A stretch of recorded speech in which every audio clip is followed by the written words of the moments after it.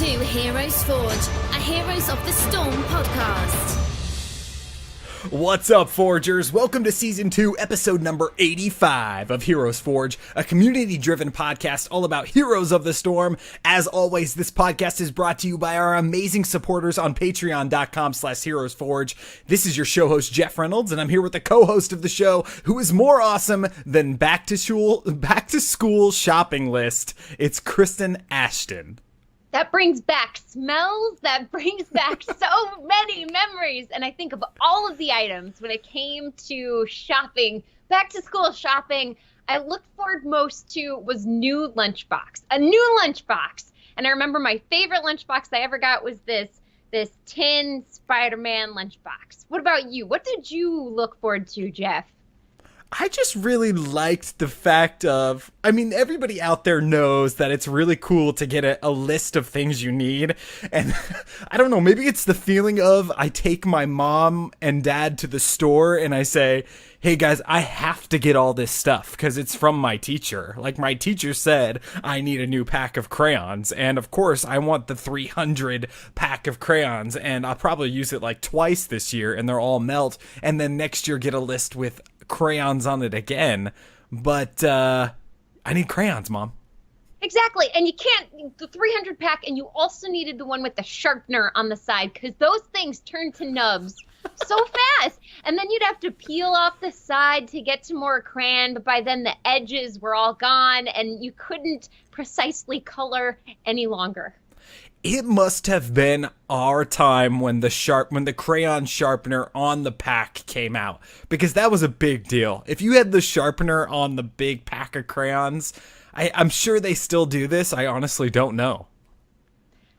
I would imagine so, but maybe it became a danger. Maybe the plastic was too sharp and some little kid stuck their finger in there and now nobody can sharpen their crayons. That's right. One sharpener ruined it for everyone else out there in the world. Well, if you don't get to experience that, just believe us, it was pretty awesome. Let's talk about some awesome stuff that's going on in the Heroes of the Storm world out there. Eastern Clash is a-clashing right now.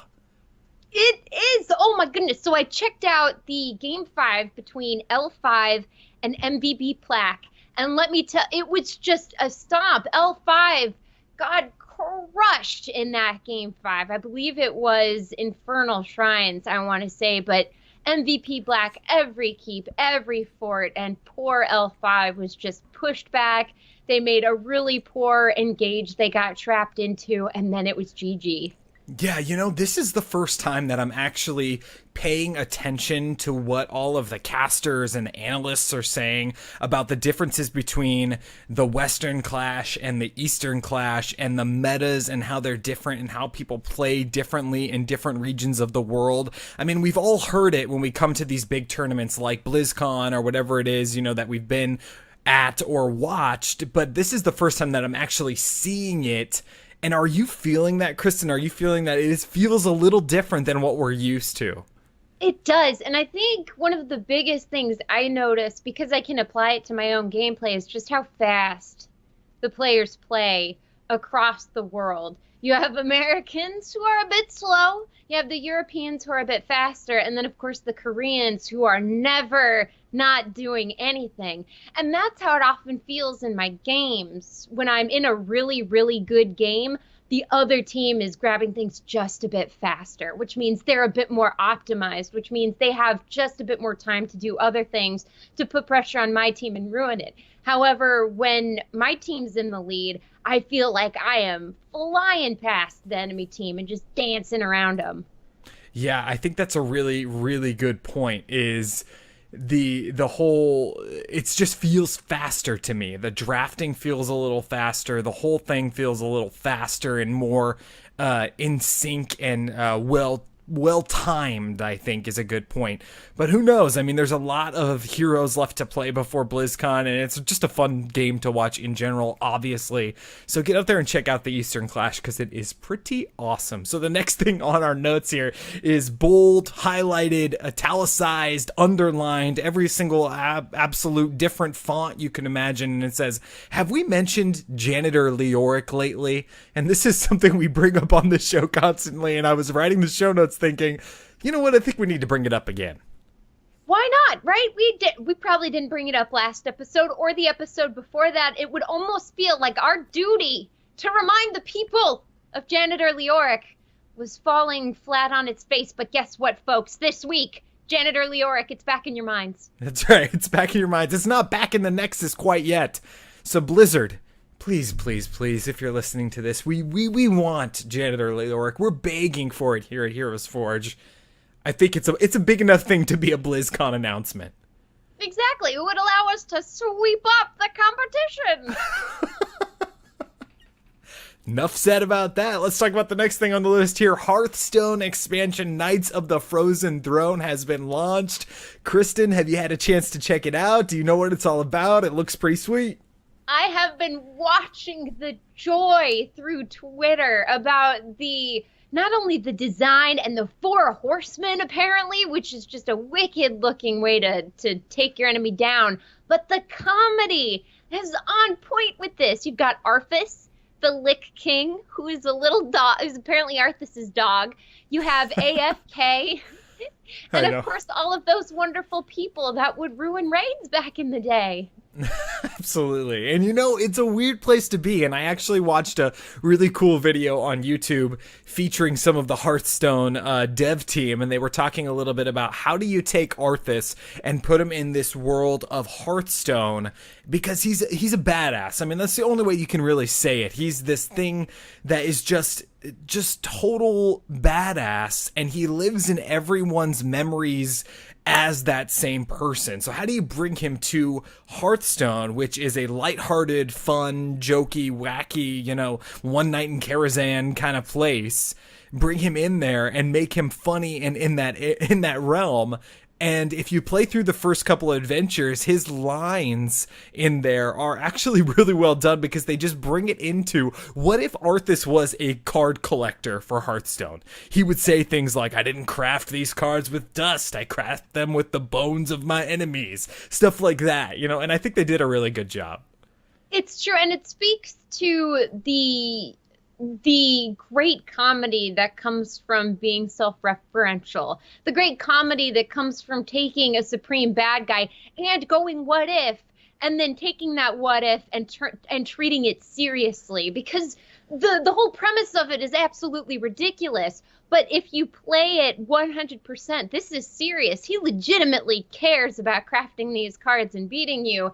Then you get this wonderful, wonderful exchange where the character itself is still respected while being brought into such a wacky situation. Yeah, it's just really cool. And it's fun. In all Hearthstone fashion, it's fun. And right before the show started, speaking of Hearthstone, speaking of all these awesome Blizzard games out there, I saw, because we talked about the Jaina keynote, or the Jaina key art for BlizzCon coming out, and now the Overwatch key art has been announced, and it's Doomfist. So I'm wondering where they're going here. Haven't heard anything in the Heroes realm so far, so who knows? Yeah, and I doubt with Heroes they'd put someone they haven't released yet up there, but maybe it'll be a silhouette. Maybe it'll be auto-select guy just as a crack at it. But maybe whoever is released at Gamescom, that's who they'll put as the keynote. Ooh, who knows? That'll be so cool. We're crossing our fingers for a Gamescom release or announcement of another hero out there. And us here on HeroesForge will be bringing you special stuff if something is announced on the Gamescom floor out there. We'll be here in the United States on the West Coast. But of course, we're bringing it to you all if something cool comes out. So just a couple of show announcements before we keep moving here. Next week, we won't be recording on Sunday due to scheduling conflicts. We'll be recording on Tuesday the 22nd at 7 p.m. Pacific next Tuesday, not Sunday. Still bringing you an episode next week. It'll just be a couple days later due to scheduling. Also, like I just said right now, if something is announced at Gamescom, Kristen and I are thinking to ourselves, you know what, we need to just start to do something for these heroes that are brought into the Nexus. So stay tuned for some cool stuff that may happen for the next hero announcement from HeroesForge. It's going to be pretty awesome.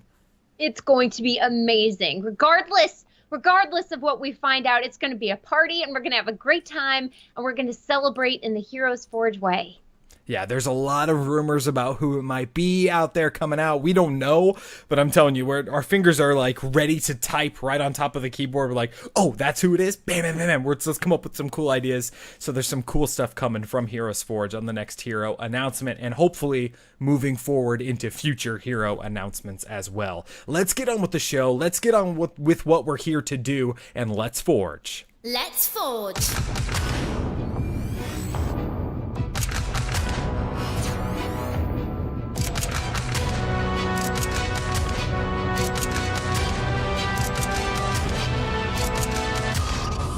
Welcome to HeroesForge. Like we said, we are a little different than any of the other Heroes of the Storm podcasts out there. What we do is we take a hero that's not quite in the Nexus yet and imagine their kit and what they would do if they were. From any of these Blizzard universes, we draw these heroes from, and it's just basically theory crafting, Kristen, and we just kind of talk about it and have a whole bunch of fun. We imagine what they would be if they were taken from our hearts and minds. You know, the ideal build we would each like to see them have, and sometimes it leads to a merging of ideas, other times completely different. Absolutely. And if you don't know already, what we do is we each build a kit on the show here, and then you can vote for which one of the two kits you think won the evening over on our Twitter page, which is @ForgeHeroes on Twitter. And I can't believe I can say this week, but Kristen, I won last week. Yes, you did. Congratulations, man. How does it feel? It feels good. I'd like to thank my mom. I'd like to thank my dad and my family and you, Kristen. I'd like to thank you for being such awesome competition, because it wouldn't feel this good if I hadn't lost 150 million times before this one. That's a lot of times, man. This is like compounding losses right there. Well, it's compounded in my heart. It's compounded in my heart. So I got to choose this week, which is an awesome feeling. So, Kristen, who are we forging this evening? This evening, you were the one who won, Jeff. Who are we forging this evening? This evening, we are forging first Arcanist Thalyssra from World of Warcraft, and we were talking about before the show, that was very well played. We were talking about it before the show that we will probably trip up on this name, Thalyssra, about 150 million times. That's the go-to number tonight. So get ready for it. Yep, keep the counts going. This is because I personally think it sounds like Clarissa, so I want to say Thalyssra, but it's not. I'm going to try my hardest, go for a 90% correct name pronunciation rate. That's right. And Thalyssra is a huge part of World of Warcraft and the current Legion story in World of Warcraft right now. So, Kristen, why don't you give everybody a little bit of background on her and her place in the story? Will do. Born a night elf, Thalyssra made her home in Suramar prior to the events of the War of the Ancients. Though her city was protected from the cataclysm that followed the event, the shield wouldn't keep evil out forever. In time, Gul'dan approached the natives of Suramar, asking them to take down their magical barrier in exchange for gifts. Seeing through the lie, Thalyssra thought to prevent the corruption of the Legion through a planned coup, only to be stabbed in the back by one of her co-conspirators, quite literally. Betrayed and in need of a source of mana to quench her addiction, Thalyssra called out for help, a call that eventually reached the ears of Khadgar. Sensing the cry of distress, heroes were sent forth where they found and helped her establish a base until the day she could finally retake her home and cleanse it of the evil that had seeped in.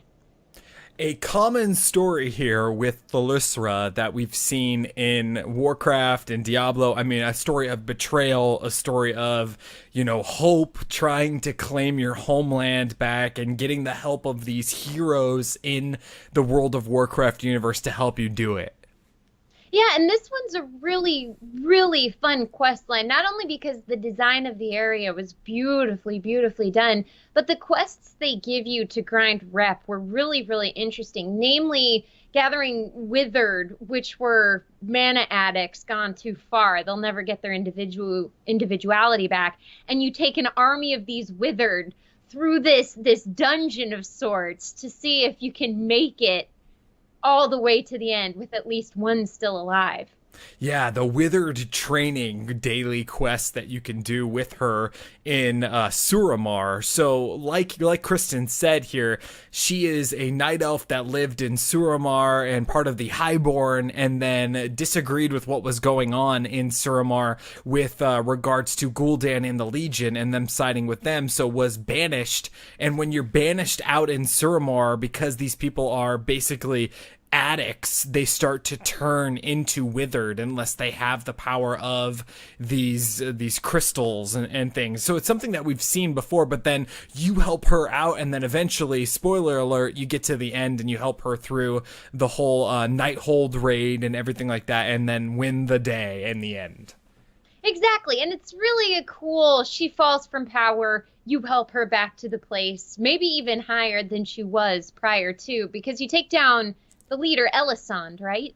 Correct. Yeah, the whole, and then eventually Gul'dan, and you get in there. So it's really fun. If you're currently playing Legion, you should get in there and try the raid, because it's a lot of fun. So how do we bring Thalyssra to Heroes of the Storm? It would be a really, really cool addition to the game. Now, the silhouette would be kind of similar to Tyranda's silhouette, so they'd have to play around with it a little bit. The hood would look kind of like a Valera sort of feel, so they'd have to feel it out. And if you're not sure what she looks like, I mean, basically, there are two versions of her, like most heroes in the game here. So the version of her before she started to become withered, she was addicted just like everyone else and was banished. So she started to become this sort of dilapidated night elf look. And then, of course, what she looked like before that happened as well.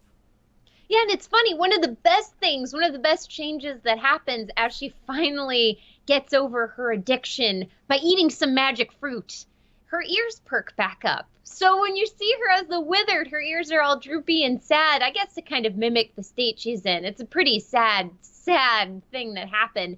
But once she gets power back and she doesn't have the addiction, she has those perky little night elf ears again. Yeah, and I mean, it's important to say that she is the leader of the rebellion against the highborne that have sided with the Legion and Gul'dan. So, I mean, she's literally like Princess Leia. Yeah, in a way, right? And she also has you go and do all of the stuff for her, right? Deliver these, my droids. Save... No, I don't know. No, it's the quest line, right? You getting XP to do the things. And she has people to manage because she's running the underground base. So it makes sense she can't go out and stab letter carriers herself. Yeah. You got to go do that for her. And it's really cool that she ends up believing in the withered, the elves that have gotten to the point where they are basically zombies because they can't control themselves anymore, and uses you to train them to fight against the Legion. I mean, it's a really cool story. Play through it. I'm sure you have already, because it's a huge part of Legion if you're playing that game. So a cool hero that would be fun to talk about for Heroes of the Storm. So let's get started with it. And we're going to start with Kristen's kit tonight. And the first thing that we start with is the role classification in the game. So Kristen, if you're bringing Thalyssra to Heroes of the Storm, what role are you putting her in? I want her to be an assassin, and this may be because this past week I've been playing a lot of Malthael, but I really want her to be more active than I saw her be in Warcraft, because I think if given the chance to fight herself, she absolutely would have been in the battlefield. Oh, absolutely. I think that's a huge point here. Like, she is intense, and in order to have this leadership capability in a world like this, you gotta be variant out there. I mean, that's the only way I can say it. Like, you gotta run out there and be willing to sacrifice your life, rip Charlemagne in two, and die in front of everyone to have this leadership capability, right? So she must have done things like that in battles that you don't see. It's kind of like the Game of Thrones syndrome out there, where they're like, we're going to go to have a big battle, and then the next scene is right after the battle is over, and you're like, oh, well, they must have done something really cool. Yeah, they must have done something that, because the weird thing is it's a warrior culture, right? In Warcraft, everyone fights, whether it's through magic or through fists or through weapons. So in order to have a leader that you respect, they need to be able to do what you do, but even better and even cooler than that, because that's how you kind of gain that respect, is if they're more of a master than you are. Oh, great point. Great point. Let's get into it. So how are we going to bring her to Heroes of the Storm? Kristen's going with the assassin here. What is the trait that goes along with that?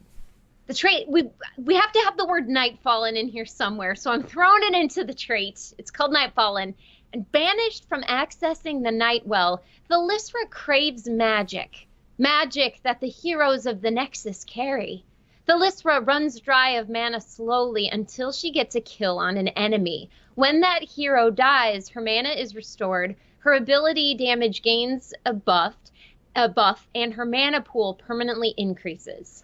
Wow, this really speaks to drawing the power of the Nightwell, craving it. I mean, she's got a mana bar to start, but slowly she's like eating that mana away because she's draining her own energy, and she's craving killing these other heroes in order to increase her mana, get a buff, and also get her mana back that she's eaten away at herself.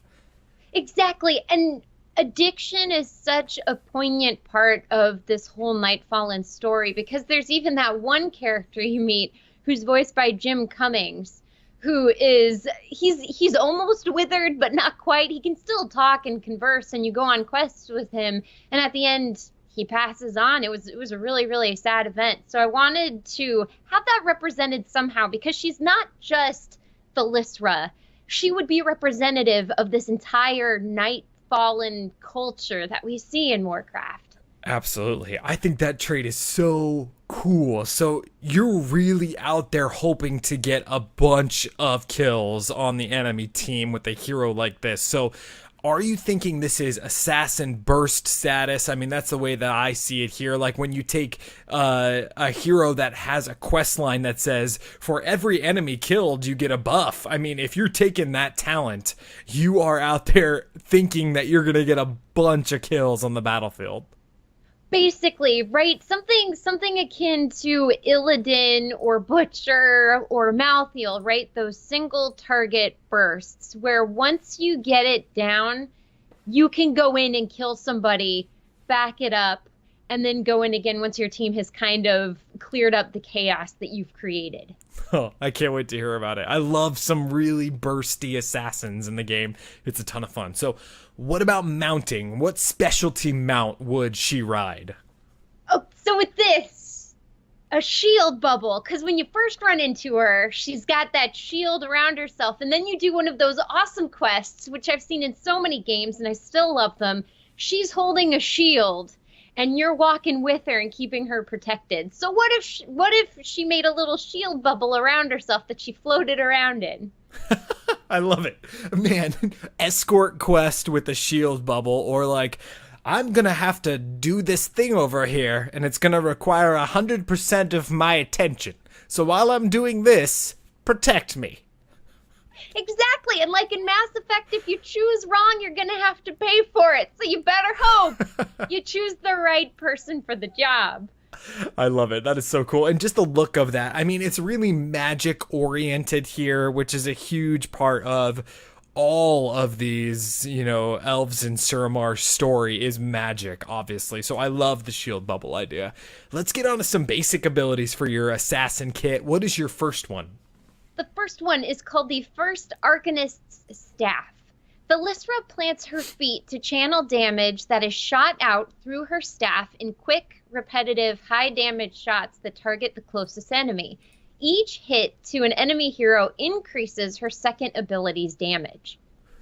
Ooh, so we gotta wait to hear what the second ability is. But what is the visual for, I mean, what does it look like as her staff shoots out these quick repetitive shots? Is this like a feel of like a arcane blast or something like that? Oh, that's a pretty good question. Something like magic missiles, because I don't want them to fly straight. I imagine they would kind of arc around a few times. or not a few times, just loop around the enemy before it hits them. But, it would arc in its pathway toward the closest enemy hero. And maybe to kick it off, she slams the staff in front of her feet. And that's when you know she's channeling. And there's like half a second before the damage starts flying. Oh, that's cool. So her staff is vertical and it comes out via vertical rather than Jaina, who points it at the enemy and kind of jabs it. She's just like slamming it down. True Gandalf status here, and it's coming out the top. Yeah, exactly. And that would be also, like you pointed out, visually a great way to differentiate between the two. Okay, so this one, does it have a set amount of shots that come out of the staff when you activate this ability? Is it like 3 blasts that come out? And then is her auto attack a ranged auto attack or a melee one? Oh, great question. Oh, geez. Let's go with her. Oh, you know what I really like? I like that Genji, his basic attacks are either ranged or melee, based on how close he is. So let's do that, okay? She's got both range and melee basic attacks. And this one, it would be as many bolts as could come out in the channel duration. And this number would change because enemies could run out of the area of the effect and cancel quite a bit of the damage. But what if they don't and they stand and take all of it to the face? All right, so kind of like Falstad's ability then, where the lightning chain comes down, and if you stay in the circle, you're going to continue to take it until the ability is completed. But if you have the chance to get out of the circle, you're going to stop taking that ability damage. Exactly. Rock and roll. Cool. Okay, well, this ability directly buffs your second ability, so we got to know, what is that second ability? And the second one is Arcane Explosion. When activated, pure energy explodes out of Thalyssra, stunning and dealing heavy damage to all nearby enemies. All right, so the first Arcanist staff ability is feeding Arcane Explosion. So each time you're hitting someone with your first basic, it's building stacks up on your explosion, and then you can choose to activate this and it explodes. Exactly. And as long as there's maybe one hit that's gone into the explosion, you can still activate it. So it will be up to the player to really pay attention to how many stacks, if it's fully stacked, if it's half stacked, and knowing how much damage those different percentages would do to take advantage of how they move around and how they try and take out heroes. Oh yeah, I absolutely love this because there is a really cool Vengeance Demon Hunter ability that's similar to this, where you're gaining soul fragments from the enemy, and as you gain multiple soul fragments, you can activate this ability called Spirit Bomb, which pulls all of these soul fragments in, and depending on how many soul fragments you've pulled in, you just explode and deal damage to the enemy. So this Arcane Explosion is really cool idea to bring it to Thalyssra in this respect, where you're standing there, she Gandalfs the staff, starts hitting you, and if you don't get out of the area fast enough, she's gonna explode and you're dead. Yep, exactly. Go in, get a kill, get out. Hopefully your team can win that 4v5. 5v4. It is so cool. It is so cool. All right, what's your third basic ability? See, the third is teleport, because, every good mage-ish character, I think, should have a teleport. After a delay, Thalyssra will teleport immediately to the chosen spot. This provides her with a shield for a brief amount of time. Nice. So what's the range on this teleport? Are we talking like a Medivh portal range, or are we talking about a Bolt of the Storm range, which is not super far? Let's go 3/4 of the Medivh portal. Yeah, I think because it has a wind-up time, so you'd have to be very careful when casting it. It's not like Li Ming, where it's an instant one, so the distance is very short to make up for the fact that, boom, suddenly you're somewhere else. This is very much like when she leaves you with the withered army, and she teleports in and teleports out. There's that brief window that she's still corporeal somewhere else before appearing in her intended destination. Yeah, and I'm glad you brought that up, because this plays a huge part in her storyline. I mean, teleports and portals and getting to one place faster than the other place. Talk to me and I'll teleport you to where you need to go, that kind of stuff. So it really plays to Thalyssra's kit in here, and I love it. I mean, just the ability to have mobility in the game is huge. I've played tons of games with Li Ming's on the other side, Li Ming's on my side. Anybody that has just that little bit of teleport can get out of a whole lot of damage. It's really true. And the power to reposition, right? And something like teleport, being able to reposition either offensively or defensively based upon how what you've just done has affected the battlefield. Yeah, it's crazy. And if you're good at it, you can do some serious damage and then get out. And that's usually where, I mean, on the E key, the third basic ability is usually where heroes will put a ability that allows you to escape or engage. And so that's a really, really well done and thought out ability. Let's get into some heroics here. What is your first heroic for the assassin? Well, for this one, we can't leave the army of the withered behind. This one, we're bringing them with us. Army of the Withering. Thalyssra summons forth the army built for her by the adventurers of Warcraft. This small army comes with 3 damage dealers, 1 tank, and 1 healer. They move as a group, targeting what she commands them to target. If too much damage is dealt at once, those that took a certain percentage of their health will run away in fear, never to return. This is cool. So you say small army, but we're talking about five withered coming out to fight for your team. That's a big army. I mean, because I imagine withered are not the same size as Zul's skeletons or Asmodan's demons. I imagine them to be full-size heroes. What do you think? I was imagining them to be smaller, mostly because the withered were crafted and made with a lot of love.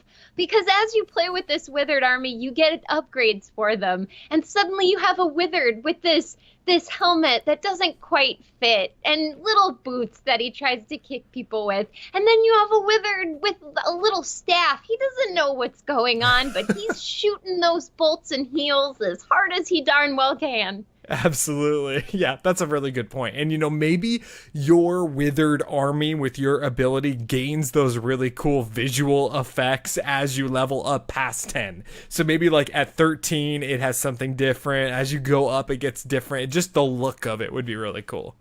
Yeah, and maybe they increase in size too until they're eventually full-sized. Or maybe that's the level 20 is you gain a full-sized wither army that's got even more health, damage, heals, tankiness. Yeah.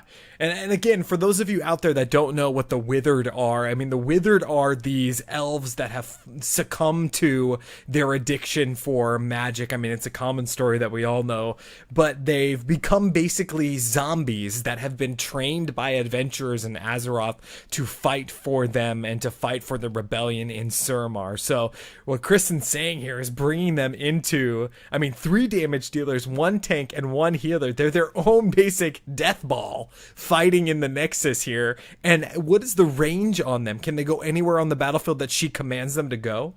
Oh, goodness, I wish it was totally global, but there would need to be a range. And let's assume it's about as far as Kerrigan has to target her Ultralisk.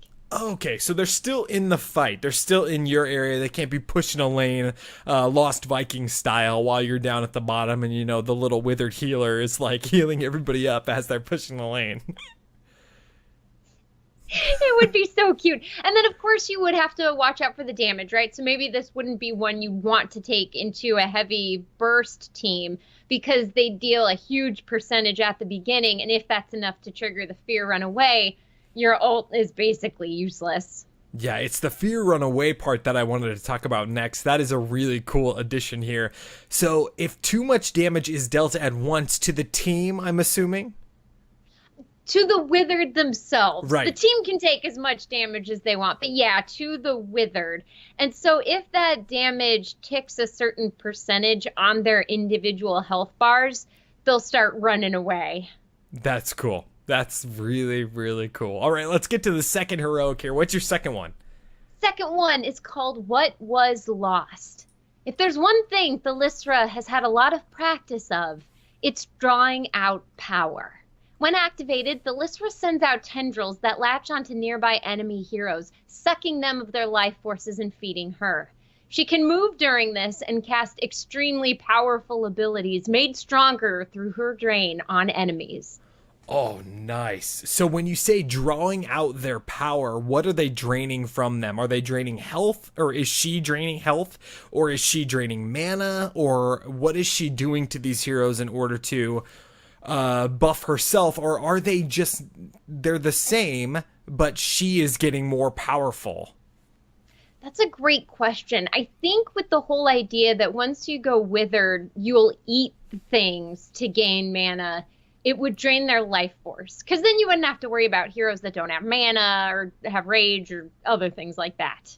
Yeah, that's really cool. I mean, you could go any other way. I mean, you could, I think we're getting to a part in the game where you could say it drains, like chat is saying right now, Ogre22 in the chat is saying it could drain their resources.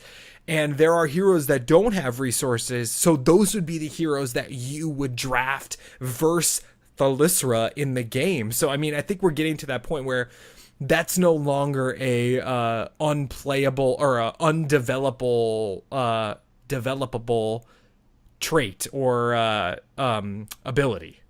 That's a fantastic point. And maybe that's why we haven't seen things like this before, because there's not enough to make a team out of to counter something like this. But so that's exciting too, because what are we going to see in the future now that we're starting to see such diverse ways to take on challenges that Blizzard has given us with various hero releases? Oh yeah, and let me tell you what, super nerdy thought here, but I'm telling you, every time I log in to Heroes and I click on the select whatever hero you're going to play in a quick match screen, and all the little circles pop up, and with every patch they make the circles just a little bit smaller because there are so many heroes coming out, and I'm thinking, yes, rock and roll. We have so far to go and so many cool, awesome places that this is going to go.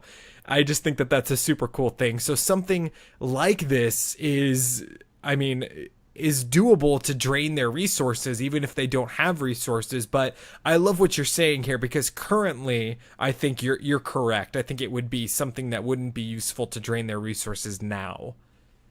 Right. I mean, Illidan's the first one that comes to mind. He doesn't have a mana bar. Murky doesn't have a mana bar. Ariel has a resource bar that comes and goes. Sonya as well. So maybe that could potentially be strong, because they'd use their abilities and then immediately deprive this heroic of having power. So it'd be interesting. Yeah, it'd be really, really interesting. Really cool. I love the ability or the thought of this heroic as well. What a really cool kit, Kristen. Assassin all the way. If you had to sum it all up, what would you say? I would say it's addictingly fun. Are you addicted yet? Because I am. Anytime there's a new hero, I become addicted. Like Garrosh. I sat in try mode for about 3 hours trying to get all the combo wombo with the pull and the toss and the pull and the toss and the drain life. And I got it, Kristen. After a bunch of hours, I got it. Well, good on you for practicing. That is really good to hear, because once you get that down, you know how to play his basic kit. Yeah, and it's a lot of fun. Get out there and play Garrosh. He's really cool. Before we move on to my kit, we have some people that we need to thank, as always. And first and foremost, like we said at the top of the show, we need to thank all of our supporters that help keep this show going week after week. The supporters on patreon.com/HeroesForge are absolute rock and roll rock stars. That's right. Rock and roll. They have supported us for many weeks, and we want to thank them for continuing to support the show. And if you'd like to become a supporter of the show, head on over to that website, patreon.com/HeroesForge, to find out how you can pledge to help keep this show going week after week. And we're going to be here no matter what, because we love doing what we do. We also want to thank everyone that has come out and support the show with a 5-star review on iTunes. It really helps the show grow when people search for all of the awesome Heroes of the Storm podcasts that are out there. Check it out. Also, we want to announce that at BlizzCon this year, the Con Before the Storm event that will be hosted on the Thursday night before BlizzCon, there will be a Heroes of the Storm panel, and I have the awesome opportunity of being on that panel and chatting with everyone about Heroes of the Storm, with the likes of of all of these podcasting gods out there that are going to be part of this panel, and I am super honored to be part of that. So check that out as well, and more information on it as it comes. And we want to also thank everyone that joins us in the chat room week after week. Also rock stars. All right, let's get on to our second kit here. The second kit is mine, and I'm going with the role classification that's a bit different than Kristen's. I'm going with support. It works though, right? Because that's what she does behind the scenes, is fully supports her people. Yeah, that's the first thing I thought, is I'm like, you know what? I'm starting with the role classification this week. I'm not going to create abilities or traits. I'm just going to go straight for it, and I'm going to build her around a support frame with this trait called Nightwell. So, when playing the game with Thalyssra, the core will be replaced with the Nightwell. This is the friendly core. The overwhelming power of the Nightwell allows all players 30% faster health regeneration while in the Hall of Storms on the battlefield. Thalyssra is a support that would aid her friendly heroes in battle by giving them the tools to conquer on the battlefield. Oh, interesting. This is a cool way to look at it, because you're right. She had that base of operations, and from growing that and that tree, that's how she was able to buff up her army, so that once everyone made the push into the dungeon, it was possible to defeat Gul'dan's influence. Yeah, and I like this because it's, in my mind at least, it is a trait level ability. In that, I mean, it's not super overpowered. It's like you still have to go to the Hall of Storms. You just get healed up a little bit faster. That's like a trait sort of feel. But that in that trait, I mean, Tyrael's Explosion has won games, but it doesn't really win games. You know what I'm saying? Yeah, that's very true. It has a chance to win games, but that doesn't mean it will. But things like quicker healing times and quicker regen, that can really change a game, because that means overall less time spent in the Hall of Storms. And much like the Malthael on a pale horse that I have fallen in love with, you get extra move speed on your mount. I cannot stop taking this thing because it means I can do so much more. Yeah, absolutely. I mean, it's really cool. So that's the trait that I'm kind of building this around. And then, of course, when you're talking about mounting, you gotta go with the Mana Saber, which is one of the prized mounts from the Royal Stable on Suramar. It's what you get when you finish the Suramar questline. It's this mana, kind of like a cat. I mean, it's like a big cat with a saddle on it that's got this really cool, like, highborne saddle. I mean, it's cool. It is. It's really neat. And I mean, the kittens of the Mana Sabers are adorable. Yeah, they are. And then the Mischief, the fell kitty, is also very adorable too. I was lucky enough to get Mischief, and he is a cutie. But yes, you hit the nail on the head. This mount would need to be the mount that releases with her. It just looks really Nightborn, like it looks really cool, so it'd be really awesome. So the first basic ability for Thalyssra over on the support idea of her that I'm building is called Fruit of the Arcanist. So like Kristen talked about earlier here, basically you regrow this tree from the powers of the Nightwell and the ley lines, and it grows this fruit which basically can cure your mana addiction and stop you from becoming the withered if you're living in this, you know, in this area of Suramar where you're addicted to it. So the first ability is called Fruit of the Arcanist. So this is Thalyssra's main healing ability. When she is in melee range of a friendly hero, she is able to give them 2 stacks of Fruit of the Arcanist. This fruit will add an action button for the player that allows them to heal themselves. When the friendly player chooses to use this ability, their character must take a short time to sit down and eat the fruit to regain health, just like in World of Warcraft. I see we're going back to forcing people to choose to heal themselves. Can't say I'm against this at all. And I love the flavor that they have to sit down to eat it. Yeah, because they're going to get... I also was creating this, it was like they're gonna get 2 stacks of this, and you don't want it to pop like a Stukov heal that pops, you know, because that's gonna be overpowered to be able to run around, not be anywhere near her, to be able to heal yourself like that fast. So forcing them to sit down, take that World of Warcraft food break, kind of munch on it for a couple of seconds before you get this big heal, I mean, is the give and take for this global healing ability on a basic ability. Definitely. Now, does she have to get in range of the heroes she's going to give this to? Yeah, so she's got to be in melee range of the friendly hero she's going to give the fruit to. So I'm imagining the battle is starting. They're all going to the middle lane for fighting, and she's just dishing out this fruit. You have a fruit. You have a fruit. You have a fruit. And then everybody's out there prepped with 2 fruits, run into the battle. Maybe the middle lane goes well, but everybody's got low health. Pop into a bush, sit down, eat your fruit. It's very short, but still you have to kind of stasis yourself in order to eat this fruit and then go back to your lanes.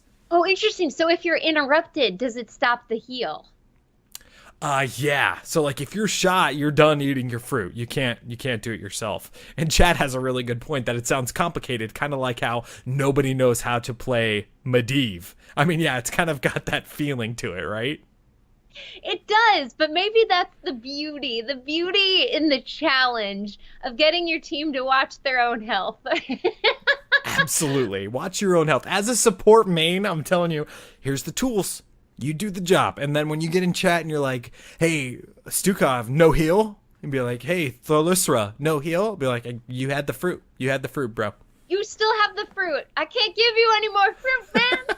So with this one, so you're sitting on the ground, you're eating it. You get up, the whole heal's done. It heals over that period of time. Or is there a little bit of regen after you stand up that'll keep healing? I'm picturing that it's not a heal over time in the respect of you eat it and then you have the little light green bar that's slowly filling back up. You sit, and as you're eating it, your bar is filling back up fully. So I don't think that there's any sort of heal over time after that. Cool. So what this would do, so I feel like she's a time saver in this sense, which is interesting because it's wrapping the conversation back to the start of the show where we talked about how the harder you play heroes, generally the better you are. The faster you play it, generally the higher you rank. So with this, that means you don't have to go back to the Hall of Storms before an objective pops because you mistimed grabbing your well. That would give you that time so that you could set up without accidentally putting your team behind because you weren't aware of when the objective would pop and you took a lot of damage and you wasted a lot of mana. Absolutely. And it's amazing that you picked up on that because there are a few other abilities that I put into this kit that kind of go along the lines of that same thought process. So let's get into some more basics here. So the next one is called Withered Training because you got to, right, Kristen? You got to. So straight from the wiki, the withered are Nightfallen who could not find sources of arcane to feed their starvation and fell into mindlessness, feral withered state. So Thalyssra summons a withered to follow a friendly targeted ally. This withered will attack any hero that attempts to attack the friendly hero. Also, all damage that is done to the hero is redirected to the withered until they are taken out. This is untalented at the beginning of the game. Thalyssra is only able to summon one withered to the battlefield at a time, but if you talent into it later, you can summon multiple withered to fight along the sides of your friendly heroes. Okay, so like the fruit, do you need to be nearby the hero you're passing the withered on to? Yeah, basically she's running around and she's buffing. Here's a fruit, here's my pal. Here's a fruit, here's my pal. Here's a fruit, here's my friend. I love how ruthless she is. Using the withered. I mean, it's great. I love this idea of giving a team member a companion that soaks all the damage regardless of whether the hero or the companion is being targeted. That is amazing, and I think it has a place and should be implemented at some point in the future. But this poor withered, I know they'll never be their own night elf again. I know there's no future for them, but those poor guys. Now, size-wise, I guess, Do you imagine this one's full sized, or would it be a little one? I was thinking it's full hero size. You know, this withered guy just running around behind you. And it's funny you bring that up because that's how it is in Warcraft, right? When you're playing, she's like, well, here's some withered to help you fight in the Nightwell. And just when they die, summon some more. I mean, that's basically how it is. Right? And where are they coming from, right? I would assume it's rules where they're not coming from nothing. There is a place. She is keeping them, some basement where she collects the withered and like sprinkles some mana in there every so often, changes their litter, and then that's where you pull them from.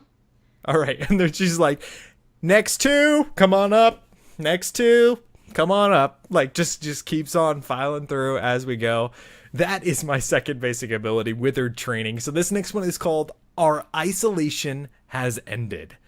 So this works as a cleanse, but on a basic ability. When activated, it makes a target ally unstoppable for 1 second, but unlike a cleanse in the game currently, Thalyssra is able to cast this ability on herself as well. This effect lasts on the target for a short amount of time, and if an enemy hero attempts to stun or slow the targeted hero that is active with this cleanse, they will be stunned for a short amount of time themselves. I like this. Maybe that's the way cleanse needs to go, but maybe not, right? This is just a special ability only she has. That is a cool idea where you have something. And I know we have stuff like it where you are punished for touching the thing that's going, no, don't touch this. Please don't touch this right now. But people touch it anyway, and suddenly you have a fully healed Kharazim on the enemy team. That's exactly what I was thinking. Yes, and I love the stun too, right? Because it catches them, and then you have a chance to really, your team has a chance to really act on that. It's such an Uther thing in its annoyance level, but better. Yeah, and you know, maybe they have some sort of like the rebellion symbol above their head when they're cleansed with this, so that the enemy team knows, hey, don't drop the Uther Hammer of Justice on them because it's not going to stun them, it's going to stun you instead. Oh, so here's a question. So what if you're in a Kael'thas Phoenix? What's the range on this thing for an enemy getting stunned? I don't know. What do you think? I mean, not super long, so maybe that would be too far. Yeah, because Kael'thas could be halfway across the map, right? And that wouldn't make sense that he would get stunned just because you took a right. Phoenix fireball to the face. Ah, man, maybe. Ooh, that's tough, right? Because backliners can be really, really far off. Ming orbs, for instance. I mean, yeah. So I think, yeah, just the pure, if you're going to stun them, it stuns you. I mean, they have to be close enough to you. Maybe it just is a global thing, and that's the exception to the rule. Yeah, and there's not a problem with that, right? Because even if a Kael'thas is stunned halfway across the map, that's still a few seconds you have him out of commission. And maybe he's in a really dumb situation where he gets killed because he wasn't expecting getting the stun. Yeah, and I love it. I love it because it gives you the opportunity to escape if you have this cleanse on you. And let's not forget that it is a cleanse, I mean, which can be really powerful if used well. And also, I would love a hero to come out that has a cleanse on a basic ability like this, because then it would help train everybody how to use cleanse and just be cleanse friendly. That's a really, really good point, because I know I haven't practiced much with cleanse, and hate me if you must, but when I'm on Lily, I don't really take cleanse because I'm not practiced up enough to know when to pop it on people, or even what abilities can be cleansed out of, aside from maybe Azul Bone Prison.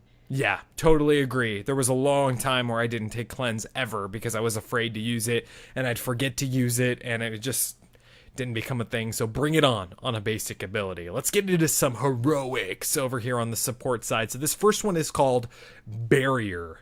So just like the barrier that once protected Suramar from the Burning Legion, Thalyssra is able to call down a bubble-like barrier on the battlefield. Both friendly and enemy heroes are not able to leave or enter the bubble. all heroes inside will only be able to attack each other for the duration of the ability until the bubble's effect is completed. The Thalyssra player would want to trap heroes from her team that were able to eliminate whatever other enemy heroes were trapped in there as well. This could also be used to allow Thalyssra to safely save friendly heroes on the from enemy heroes if they're in the bubble alone. Ah, nice. So basically that shield idea, right? I love that this is one that has to be in there. A bubble of some sort, a shield. And I like this idea because it allows the healer to isolate somebody who she sees as a problem.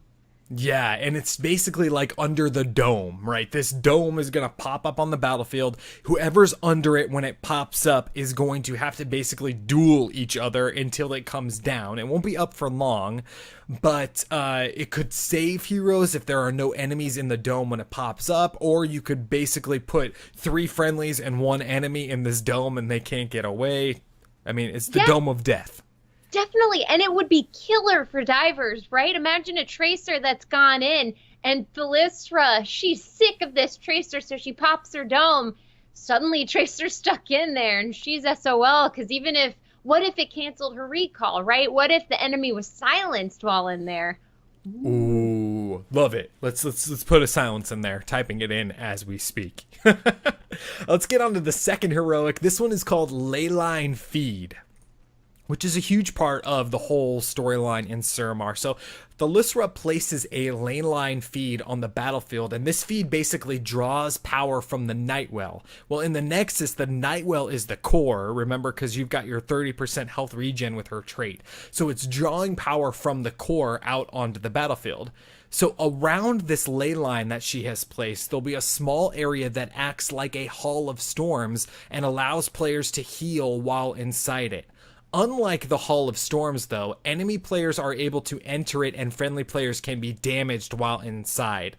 This overwhelming power can only last for a short amount of time on the battlefield, so she's putting out a portable Hall of Storms on the battlefield to have your friendly heroes, like you said, heal up before an objective, drop in maybe the middle of a team fight. You can get in this thing and you're just, your health is being regened as you're going through. This would definitely have a massive cooldown. Dude, totally. And then you can fight inside of it. Imagine tricking an enemy team into fighting inside of it. Sure, they could damage you, but I would imagine the regen would far outweigh the damage they could possibly do to you. Yeah, because it's 30% on top of what you already regen in the Hall of Storms from this ley line, which is basically like the best way to describe it is like this statuesque sort of, totem that is in the ground that's drawing energy from the Nightwell, which in this case is the core. I love it. And imagine, too, if your team is running in a line and they're running past you and you're giving each other high fives and their health is low, and then you set that down right in front of the line they're running through, and they go through it and they're all 100% healed as the line progresses. Team fight happens. You rock it. Yeah, that would just be killer. Totally cool. And I love the thought of this, and maybe even you talent into this at 20 where the energy, maybe it heals 40% faster or whatever the number is, mega fast. And then at the end, it explodes and deals damage to the enemies around it because this power of the Nightwell is so intense. Oh, that it would work, right? Because that's how Azeroth was sundered in the first place. The well was broken and then the whole thing split apart, so why wouldn't you get a 20 with something like that? Now, you talked about this totem thing. Could the totem be targeted and destroyed? No, I don't think so. I think you put it out there, it's gonna last out there as long as it is the duration of this ability, whatever that is out there. I don't think it can be targeted and destroyed, no. And maybe it can be, but then there's the negative effect of it exploding and dealing damage to you. Maybe that's where the explosion comes in. I like that idea. I love that idea. And then when you hit 20, it's way, way bigger, and it's absolutely something you do not want to set off because you will really damage your team. Absolutely. So that is the support build for Thalyssra that I came up with. If I had to sum it all up, I'd say It's a support that aids her friendly heroes in battle by giving them the tools to conquer. I mean, you're giving them the fruit of the Arcandor. You're giving them a withered buddy to come and help them. You're able to cleanse them out of dirty situations, and then the barrier and the leyline feed can help you as well. That's the support. It is, and I like too that you've thrown in this one damage avoidance in a sense with the withered, right? Because if the withered takes all that damage, that is a lot less she would then have to provide in healing later. And since she doesn't really have any direct heals, as it were, that would be really important. Yeah, absolutely. It kind of acts like armor, right? The withered, I mean, it's just a visual for armor. Yeah, totally. And maybe he's got a little armor thing above his head. And then, of course, too, with this build, the time you would save not having to go back to the Hall of Storms would make a game. Sure, you're just sitting in the hammock, back. Thalyssra is just like sitting in the hammock outside the Hall of Storms, like, oh, you're healed up? Here's a fruit. Here's my buddy. And then you just go out and she just sits back there and helps everybody out and, does whatever she wants to do. Exactly. She's got her little messenger bag. She's just running between the lanes, making sure you're doing okay, guys. Good. All right, gotta go deliver these cookies to the kids up there. I'm going. I'll be right back. Okay.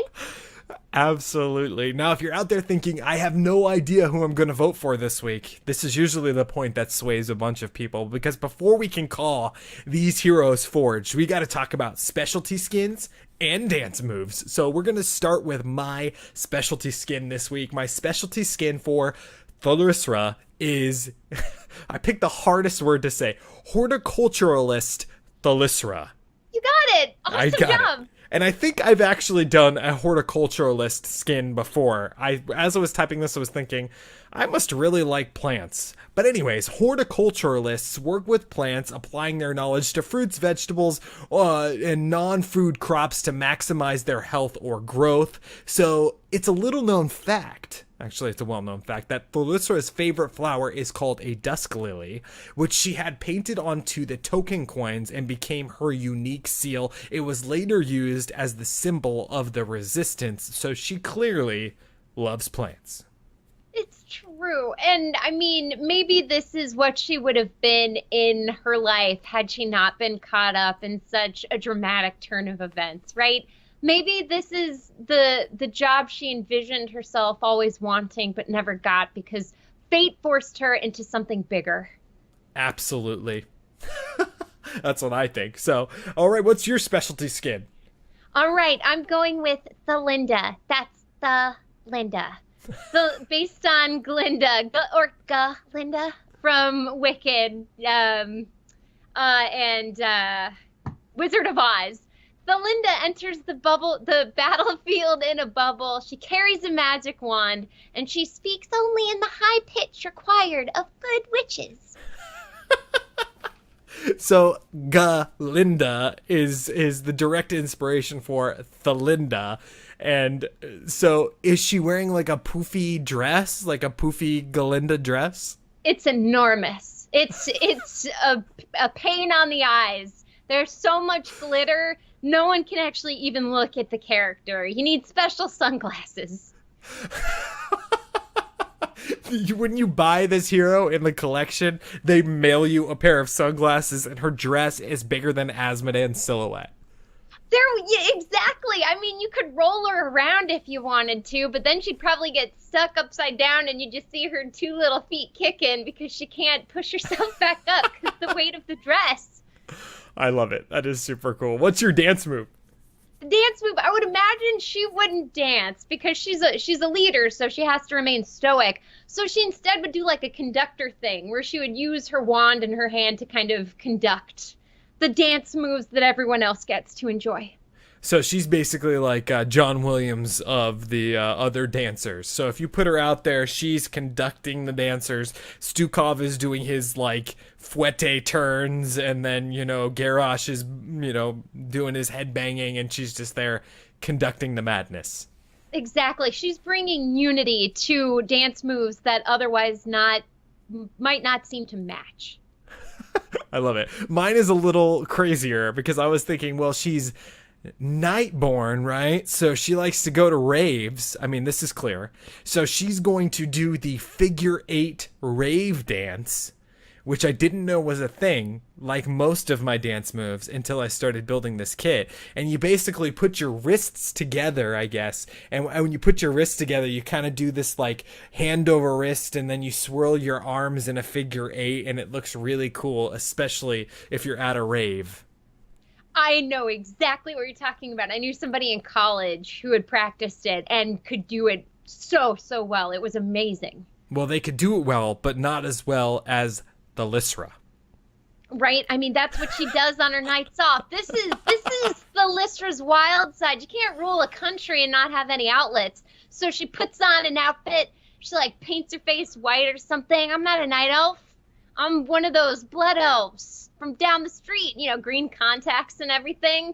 And then she goes out and parties. Wait, Hylar92 in the chat is saying that that's the Forsaken dance. Is that the female Forsaken dance? You weren't going to call me out? I actually didn't remember until Hylar said something. So Hylar... Oh, man. Yeah, now Fail. That he says it, it absolutely is. You kind of, you squat down a bit, and then you just do a slow little... Fail. But remember, this is Night Elf figure 8 rave dance. So she's got a ball or something, and maybe she's whipping the staff around with it. Undead have nothing on Thalyssa's dance moves. Kristen, thank you so much for trying to bail me out of this. Give your votes to Kristen. I failed on the dance move. And with that, we can officially say that this hero was forged.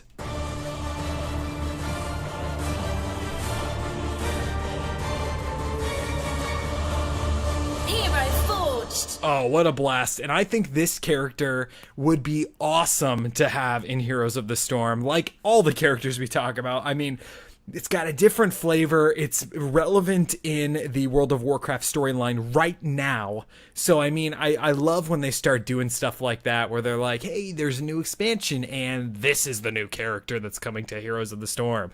Stuff like that is really cool. It is. And I mean, her silhouette, I think, would be different enough because the hood isn't Sylvanas because it doesn't have the shoulder pads. And maybe you get the non-mana addict, Thalyssra. You get the fully quenched one. Or maybe you have a character model that evolves throughout the game. I think that... there's a lot of different ways that you can do the silhouette with her, like most of the characters that are in the game. So I think it would fit. And her color scheme is really cool, and you could have some really cool, honest specialty skins. There's some really cool stuff that you can do. So I think that she could definitely make her way as any sort of role classification. I mean, think about it. She could be even a tank in a couple of ways. Maybe you use the Withered to tank for you. Maybe she could be a warrior. She could be a support. She could definitely be a specialist. I mean, multi-class. There's a ton of things she could do. And it's really neat, too, to come across heroes like this, where specific aspects of their personality definitely make their ways into these builds. But what the build actually builds to, the role, that's a mystery, because you're right with her. She's a ruler of people, sure, but there are so many roles she fills. Yeah, it's really cool, and it would be really awesome to see where they would go with that. And also, I think that her race should be a playable class in Warcraft. Yeah, it's true, but maybe it's too close to undead at that point, right? And do you give it to the Horde? Do you give it to the Alliance? Do you pull that weird both could play? Yeah, that's very true. That's very true. And chat has a really good point saying that the casters would have a really hard time pronouncing the name just like we did, Thalyssra, the entire time. And Thalyssra pulls out the Withered Army training, and she's going down the court, and she's gonna go and three-pointer. They just call her T-Babe. That's what I would call her. T-Babe it is. All right, we're going to call the show there. But Kristen, where can people find you in the interwebs when you're not on this show? In the interwebs, you can find me at Dream Destroyer. That is DRMDESTRYR over at Twitch, Twitter, YouTube, and Instagram. Rock and roll. And what are you guys working on your stream?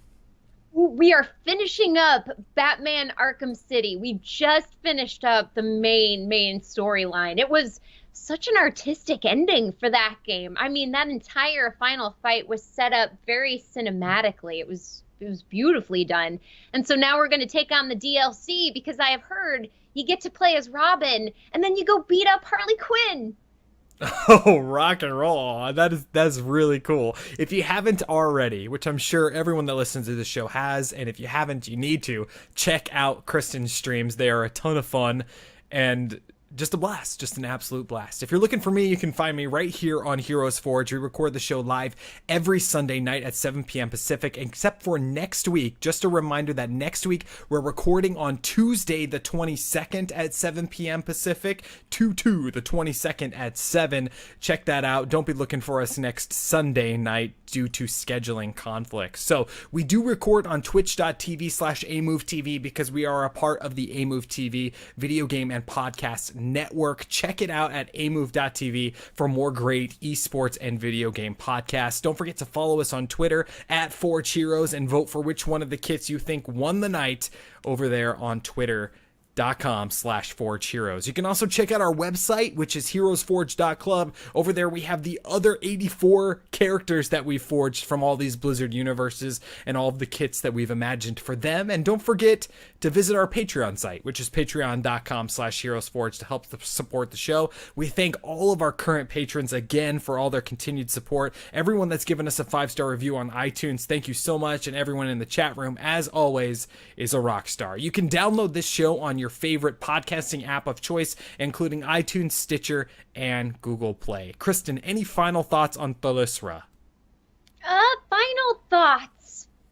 I just, like every hero, I think she would be a lot of fun. But of course, it would depend on what she was built like, too, because my bias, I've built her as an assassin that I personally would enjoy to play. But if we go with your healing thing, that would be hard not to do, because you basically go, well, help yourselves, guys. I'm giving you the tools. Let's see if you can use them. Yeah, and I'm really hoping that at some point we have a healer that has that sort of feel to it. Like, hey, you can type in chat all you want, but I gave you the tools. We're going to call the show there. Thank you so much for listening, and we'll see you all in the real world.